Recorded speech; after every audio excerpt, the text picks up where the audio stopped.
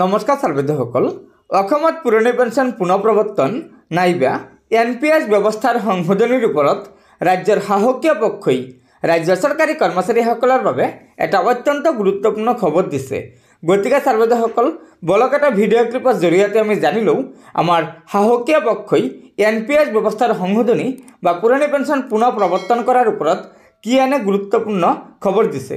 তাৰ আগতে আপোনালোকক এটা অনুগ্ৰহ কৰি আমাৰ এই ভিডিঅ'টো লাইক শ্বেয়াৰ কৰিব আৰু পৰৱৰ্তী সময়ত ৰাজ্যৰ চৰকাৰী কৰ্মচাৰীসকলৰ বিভিন্ন খবৰসমূহ পোনপ্ৰথমে পাবলৈ অনুগ্ৰহ কৰি আমাৰ এই চেনেলটো ছাবস্ক্ৰাইব কৰি ল'ব। সদৌ অসম ৰাজ্যিক কৰ্মচাৰী পৰিষদ, সদৌ অসম জিলা প্ৰশাসন কৰ্মচাৰী পৰিষদ আৰু শিক্ষক সন্থা এনপিএছ সন্থা এই গোটেইবিলাকে যিটো আমাৰ নতুন পেঞ্চন আঁচনি এনপিএছ এই আঁচনিটো বাতিলৰ দাবীত বিভিন্ন সময়ত তেওঁলোকে প্ৰতিবাদ কৰি আহিছে। গতিকে আজি বিধানসভা এই সম্পৰ্কত মই এটা 301ত মই এটা বিষয় উত্থাপন কৰিছিলোঁ আৰু মই দেখিছোঁ যে আমাৰ যিটো নতুন পেঞ্চন যিটো আঁচনি লোৱা হৈছে এই আঁচনি আমাৰ পেঞ্চনাৰসকলে আমাৰ যিটো দৰমহা সেই দৰমহাৰ পৰা প্ৰতি মাহে 10% কৰ্তন কৰে আৰু তাৰ বিপৰীতে 14% তেওঁলোকে বিপৰীতে চৰকাৰে এইটো জমা দিয়ে। মুঠ সৰ্বমুঠ হৈছে 24%।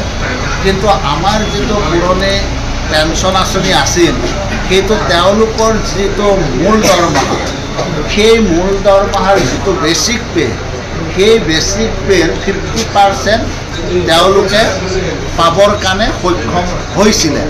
গতিকে সেই সময়ত তেওঁলোকে চিকিৎসাৰ ক্ষেত্ৰত সুবিধা পাইছিল, তেওঁলোকে GPFৰ ক্ষেত্ৰত সুবিধা পাইছিল, এনেধৰণে বিভিন্ন সুবিধা লাভ কৰিবৰ কাৰণে তেওঁলোকে সক্ষম হৈছিল।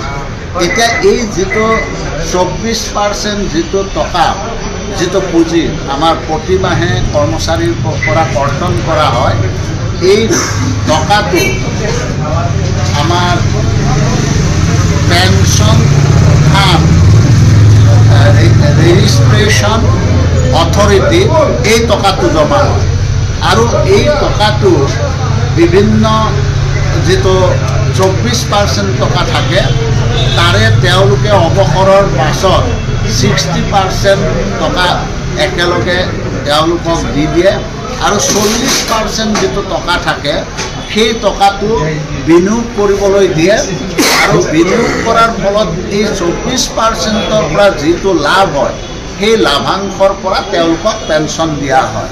গতিকে এই ক্ষেত্ৰত যিটো কৰ্মচাৰীসকলৰ যিটো ধৰক সুনিশ্চিত এটা থাকিব লাগে সেইটো তেওঁলোকৰ এটা এই পেঞ্চনৰ দ্বাৰা সুনিশ্চিত নহয়।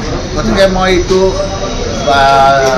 নতুন যিটো পেঞ্চন আঁচনি এইটো বাতিল কৰাৰ কাৰণে বিবেচনা কৰিবৰ কাৰণে মই অনুৰোধ জনাইছোঁ আৰু নহ'লে এটা বিকল্প মই পৰামৰ্শ আগবঢ়াইছোঁ সেইটোত কৰ্মচাৰী পৰিষদৰ লগত আলোচনা কৰিব দিছোঁ যে যিসকলে 2005 চনৰ 1 ফেব্ৰুৱাৰীৰ পৰা কাৰ্যকৰী হৈছিল এইটো 19 বছৰ হ'ল আৰু যিসকলে ধৰক অৱসৰ ল'ব তেওঁলোকৰ যিসকলে ধৰক